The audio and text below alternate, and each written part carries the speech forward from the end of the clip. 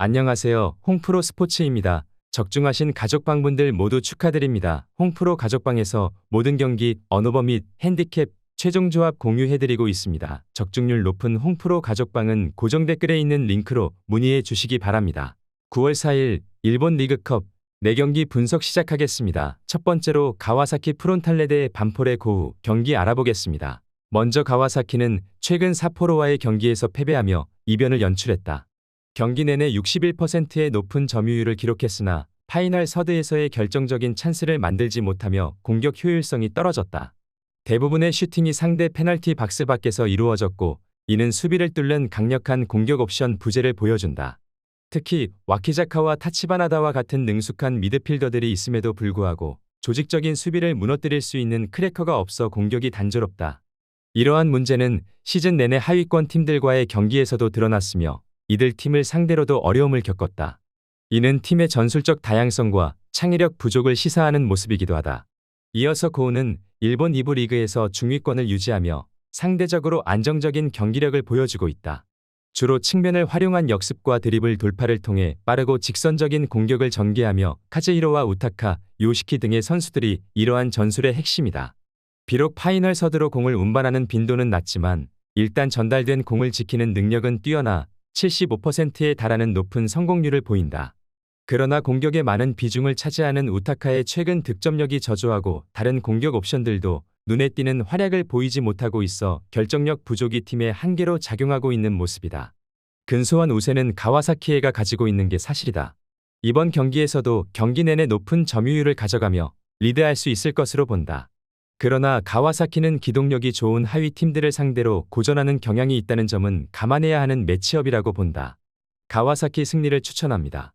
두 번째로 요코하마 마리노스 대 삿포로 경기 알아보겠습니다. 먼저 마리노스는 일본 1부 리그에서 상위 전력으로 손꼽히는 팀 중 하나로 대량 득점을 통해 하위권 팀들을 압도할 수 있는 공격력을 갖추고 있다. 그러나 내려앉는 수비를 가진 팀을 상대로는 효과적인 공략에 어려움을 겪는다. 높은 수비 라인을 유지하며 공격적으로 나서지만 에두아르도의 넓은 커버 능력에 비해 하타나카와 마츠바라의 수비 안정감이 부족해 불안정한 모습을 보인다. 컵 대회에서는 1군과 2군을 혼합한 라인업을 구성하는 경우가 많아 주요 득점원인 로페즈와 엘버가 모두 출전하지 않을 가능성이 크다. 그 결과 이진급 공격 옵션인 아장베나 우에나카의 득점력이 충분히 발휘될지는 불확실한 상황이다. 이어서 삿포로는 이번 경기에서 최정의 전력을 투입할 가능성이 낮아 보인다. 리그 순위가 낮은 상황에서 컵 대회에 주력할 이유가 부족하기 때문이다. 최근 경기에서 가와사키를 상대로 승리했지만 이는 주전 선수들이 기여한 결과였다. 이번 경기에서는 바카요코와 스즈키를 포함한 일선 투톱을 배치할 가능성이 있지만 페트로비치 감독의 보수적인 전술 성향을 고려할 때 유연한 대응이 쉽지 않을 전망이다. 또한 올 시즌 원정 14경기에서 2승에 그친 점을 감안하면 삿포로의 원정 경기력은 신뢰하기 어렵다. 이러한 점들을 고려할 때 삿포로의 전술적 대응은 제한적일 수 있다고 본다. 삿포로가 이번 일정에 얼마나 많은 1군 자원들을 활용할 수 있을까? 삿포로가 최근 좋은 경기력을 보였지만 이는 주로 1군 선수들의 활약이고 컵 대회에서 이진급 선수들로 경쟁하기에는 어려움이 클 것으로 보인다. 요코하마 마리노스의 강한 공격력을 믿어볼 만한 매치업이라고 본다. 요코하마 마리노스 승리를 추천합니다. 영상은 잘 보고 계신가요?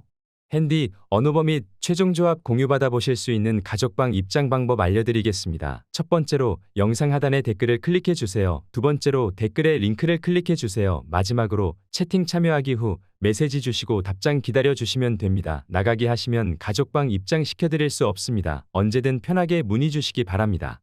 세 번째로 알비렉스 니가타 대 마치다 젤비아 경기 알아보겠습니다. 먼저 니가타는 최근 5경기에서 패배가 없으며 특히 최근 3경기에서 단 1실점만 내어주며 수비적으로 안정된 모습을 보여주고 있다. 수비진 피츠제럴드와 덩의 조합은 매우 탄탄하여 상대 팀들이 득점 기회를 만들기 어렵다.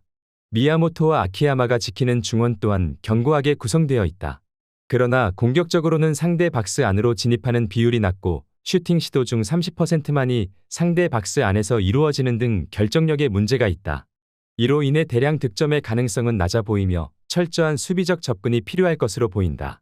이어서 마치다는 우라와를 상대로 무승부를 기록하며 1위 자리를 내줬다. 경기에서 45%의 낮은 점유율에도 불구하고 24회의 슈팅을 시도하며 공격적인 경기를 펼쳤으나 득점력 부족이 드러났다. 마치다는 주로 롱볼과 측면 크로스에 의존하는 다이렉트 플레이를 선호하며 알비렉스 니가타와 같이 공간을 잘 노출하지 않는 팀을 상대로는 어려움을 겪을 수 있다. 최근 합류한 소마와 오세훈의 활약이 일관되지 않고 주력 공격 자원인 아라키가 부상으로 출전하지 못해 전력에 차질이 생겼다. 이러한 변수로 인해 원정 경기에서의 승리 가능성은 불확실한 상황이다. 마치다는 다이렉트 플레이와 공수 전환이 강점이지만 알비렉스 니가타는 경기 템포를 조절하고 공간 노출을 최소화하는 데 능하다. 이로 인해 경기 양상은 저득점의 소모전이 될 가능성이 높다. 전반적으로는 무승부를 선택하는 게 나아 보이는 매치업이다. 무승부를 추천합니다. 네 번째로 나고야 그랜퍼스 대 산프레체 히로시마 경기 알아보겠습니다. 먼저 나고야는 일관된 전술이나 명확한 플랜 A가 부족한 팀으로 상대 전력에 따라 전술을 조정하는 경향이 있다. 산프레체 히로시마와 같은 강팀을 상대할 때는 백스리의 수비 조직을 극대화하며 후방에서 시간을 보내는 전략을 구사할 가능성이 크다. 그러나 팀의 공격 옵션은 부상과 폼 저하로 인해 어려움을 겪고 있다. 주전 공격수인 파트릭과 융커의 최근 경기력은 저조하며 우측에서 활약하던 노가미도 부상으로 출전이 불투명하다. 이러한 이유로 나고야의 공격력은 크게 약화된 상태라고 보는 것이 좋다. 이어서 산프레체 히로시마는 현재 리그에서 9연승을 기록 중이며 최근 8경기에서 대부분 1실점 이하로 상대를 틀어막는 탄탄한 수비력을 자랑한다. 특히 경기 후반에 강한 뒷심을 발휘해 득점을 몰아넣는 경향이 있다. 히로시마는 아라이와 히가시 같은 측면 윙백들이 높은 위치까지 올라가며 수적 우세를 만드는 전술을 사용하지만 이로 인해 수비수 나카노와 사사키가 배후 공간을 커버해야 하는 부담이 있다.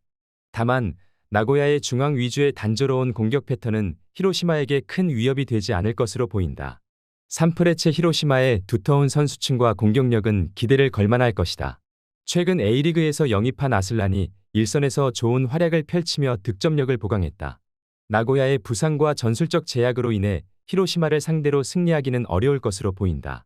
산프레체 히로시마 승리를 추천합니다.